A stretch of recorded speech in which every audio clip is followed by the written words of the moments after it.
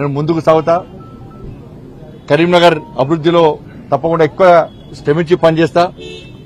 ప్రజలకు అందుబాటులో ఉంటూ కార్యకర్తలను కాపాడుకుంటూ నా వంతు తప్పకుండా అభివృద్దికి సహకరిస్తానని చెప్పి ఈ సందర్భంగా తెలియజేస్తూ, ఎన్నికల వరకు మాత్రమే రాజకీయాలు, ఎన్నికల తర్వాత అందరూ శాసనసభ్యులు కానీ అన్ని పార్టీల నాయకులను కార్యకర్తలకు కలుపుకొని ముందుకు ప్రయత్నం చేస్తానని చెప్పి ఈ సందర్భంగా విజ్ఞప్తి చేస్తూ, రేపు కేంద్ర బొగ్గు గనుల శాఖ మంత్రి శ్రీ జి కిషన్ రెడ్డి గారు కేబినెట్ మంత్రిగా బాధ్యత చేపట్టి మొట్టమొదటిసారి రేపు భాగ్యనగరానికి వస్తున్నారు.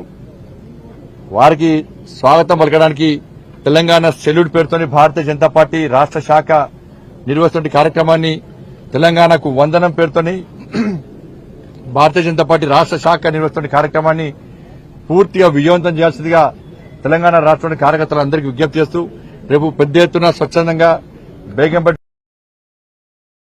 విజ్ఞప్తి చేస్తున్నాను.